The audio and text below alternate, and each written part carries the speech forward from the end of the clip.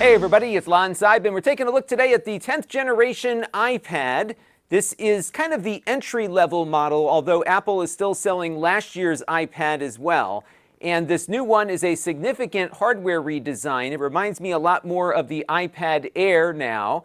And we're going to take a closer look and see what you get in the entry-level model here in just a second. But I do want to let you know, in the interest of full disclosure, that I paid for this with my own funds. All the opinions you're about to hear are my own. No one is paying for this review, nor has anyone reviewed or approved what you're about to see before it was uploaded. So let's get into it now and see what this new iPad is all about. Now, the price point on this comes in at $449. This is a lot more than what the entry-level iPad used to cost, which is why Apple is still selling the old one at the old price alongside of this one. But if you want the latest and greatest here, you're going to spend a little bit more. The model that we're looking at today is the base model, the 64 gigabyte Wi-Fi version.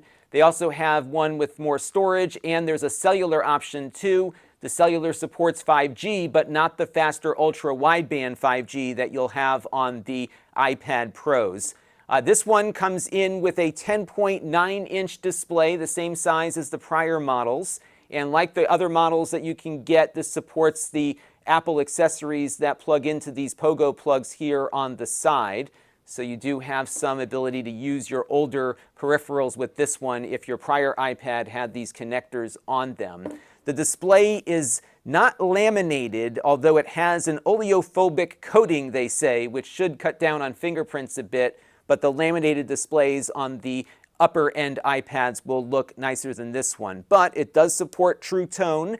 It does have 500 nits of brightness, and it runs at a nice 2360 by 1640 at 264 points per inch, which is the resolution we've seen on this size iPad for a while now. And the overall fit and finish here reminds me a lot of the more expensive iPad Air. It looks very similar to that device. You've got a nice metal backing here that comes in 4 different colors. Some of the colors actually look pretty fun, but I went with the blue one here. And the color is visible on the side and wraps around to the back. It weighs about 1.05 pounds or 477 grams, but that's on its own. When you add covers and keyboard accessories, of course, that will add to the weight. But it is very portable and very, very nice to look at.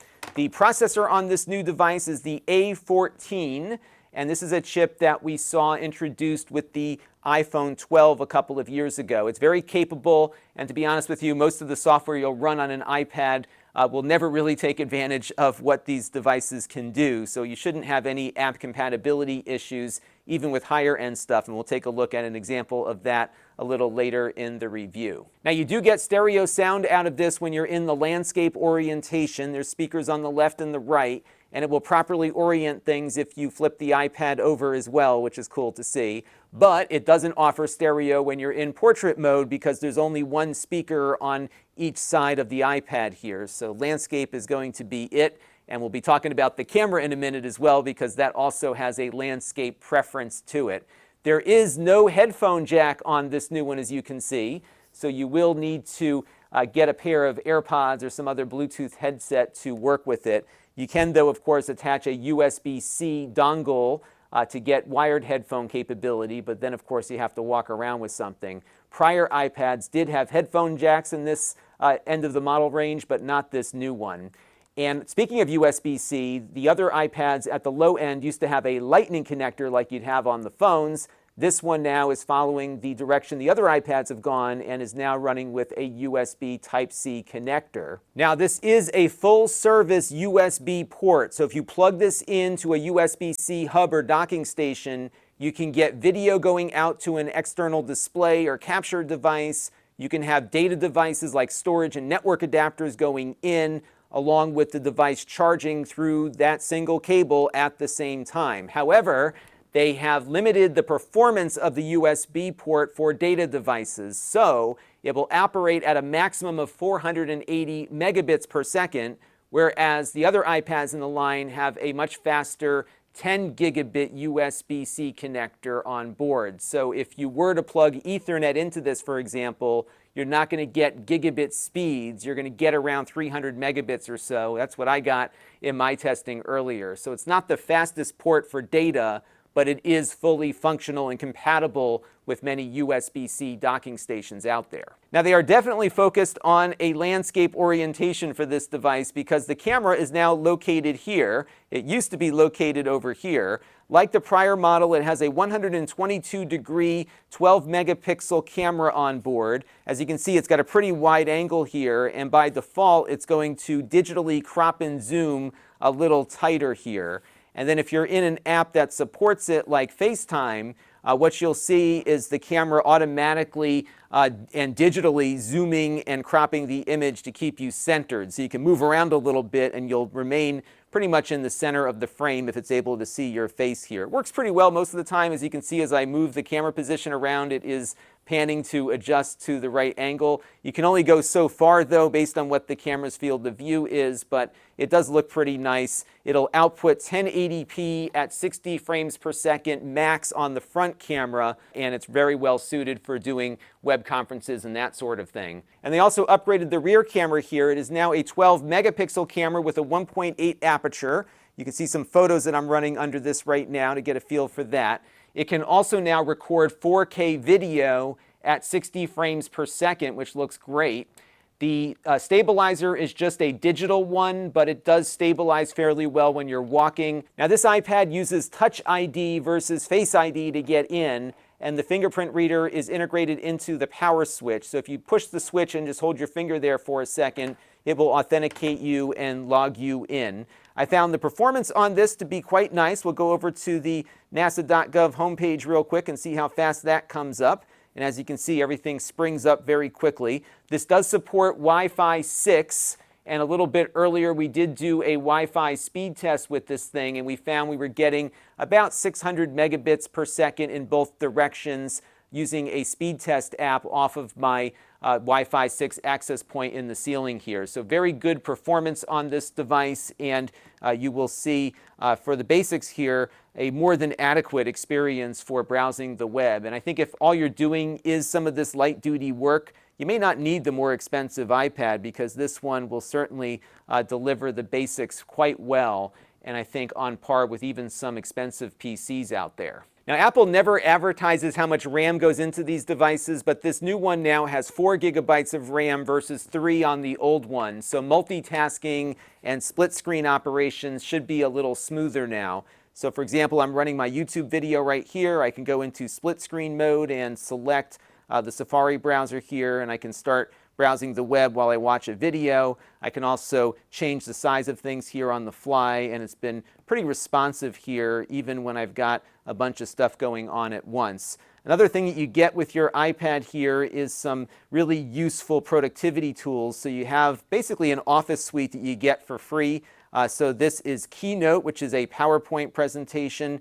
And I'll just launch a quick little animation here, and you can see just how smooth all of this works and how it would really appear on a projection screen if I had a presentation to do or something like that. So really nice performance here for doing basic things, but also some productivity tasks too. And over the years, the iPad has certainly become more of a computer than just a consumption device. Now, this also does a nice job for video editing. I've got a 4K 60 project here from my iPhone, and this was from a video that we shot a few weeks ago. And you can see just how quickly and smoothly that transition renders. I can even change it here on the fly to a different one. We'll go to the theme one here, and you can see that one is pretty effortless as well. I can even jump in here and add some pop-up text, and that will animate without any lag or delay. So I think if you're doing some basic video editing here, the iPad, even at the low end on this one, is going to do very well. Now, we do, though, need to talk about the Apple Pencil.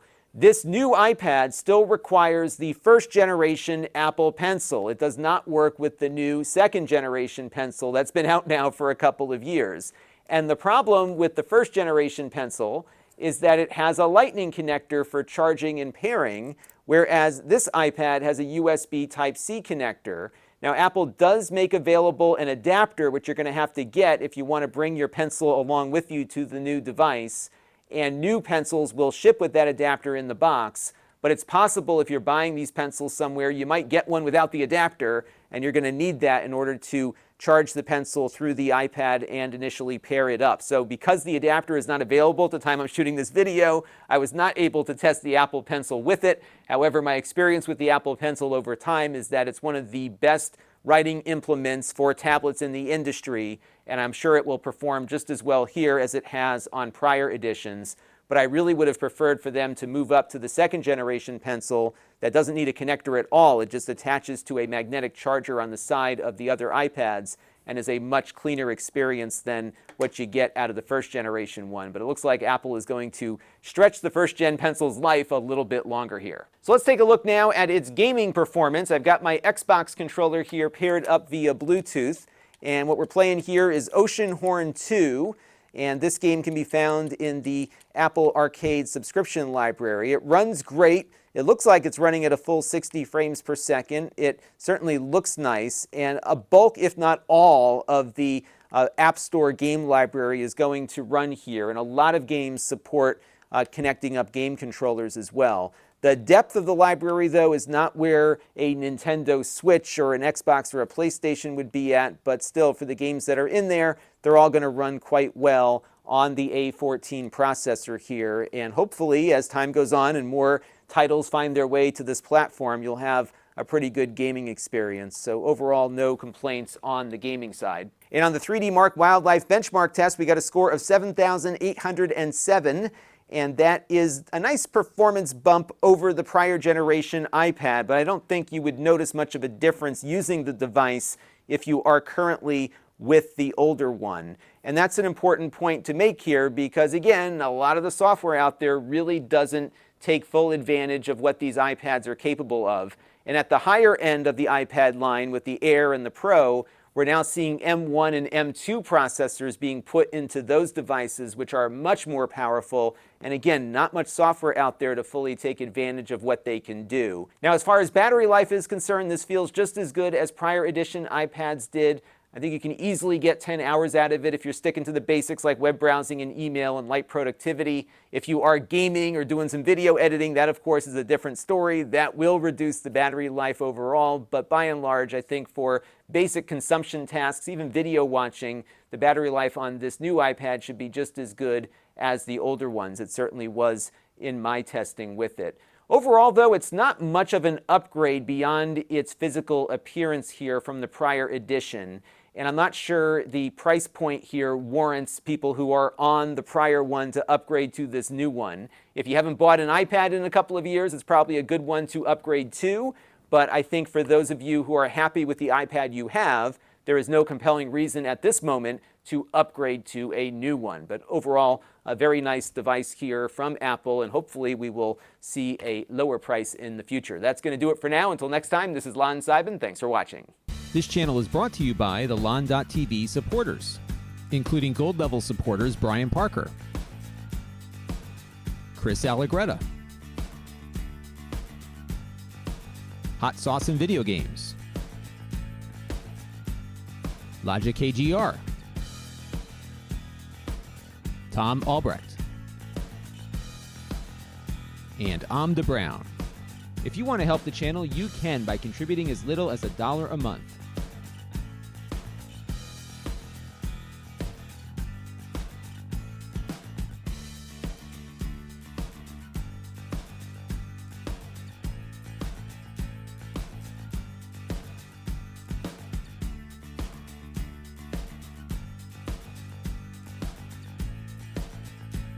Head over to lon.tv/support to learn more.